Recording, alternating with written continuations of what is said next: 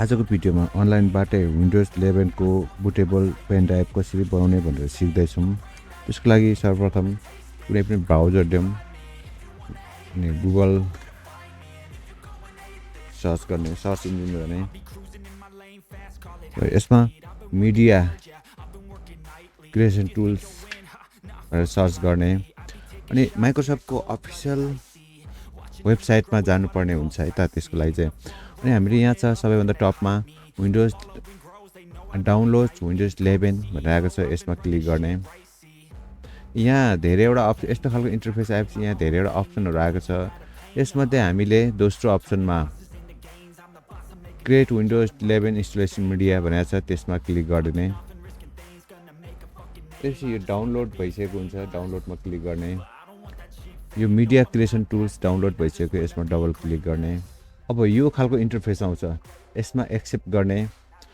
अब हामीले यहाँ ल्याङ्ग्वेज सिलेक्सनहरू गर्न सकिन्छ अथवा आवश्यक पऱ्यो भने गर्नु सक्नुहुन्छ, आवश्यक पऱ्यो भने त्यतिकै छोड्नुहुन्छ। मैले त्यतिकै छोड्देँ।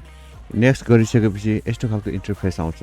यहाँ कुनै पनि एउटा चुज गर्ने। यदि हामीले आइएस फाइल बनाउने भने आइएस फाइलमा क्लिक गर्ने। यदि होइन हामी युएसबीमा फ्ल्यासमा डाइरेक्ट पेन ड्राइभमा बुटेबल डिस्क बनाउँछौँ भने यहाँ क्लिक गर्ने। त्यसपछि नेक्स्ट गरिदिने। यो आउँछ हाम्रो पेन ड्राइभ, यो हो, यसलाई सिलेक्ट गर्ने अथवा रिमुभेबल डिस्क यो हो, यसमा सिलेक्ट गर्ने र नेक्स्ट गर्ने। अब हाम्रो विन्डोज 11 को बुटेबल डिस्क रेडी हुन थाल्यो है त।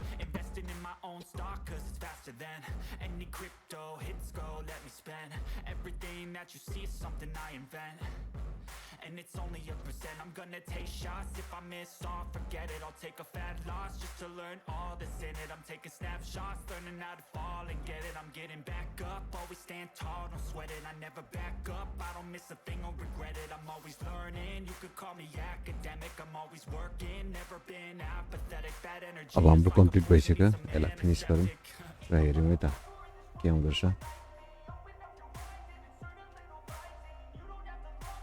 गयो यति भएपछि हाम्रो विन्डोज 11 को original bootable pen drive ready भयो। Thank you. हस्।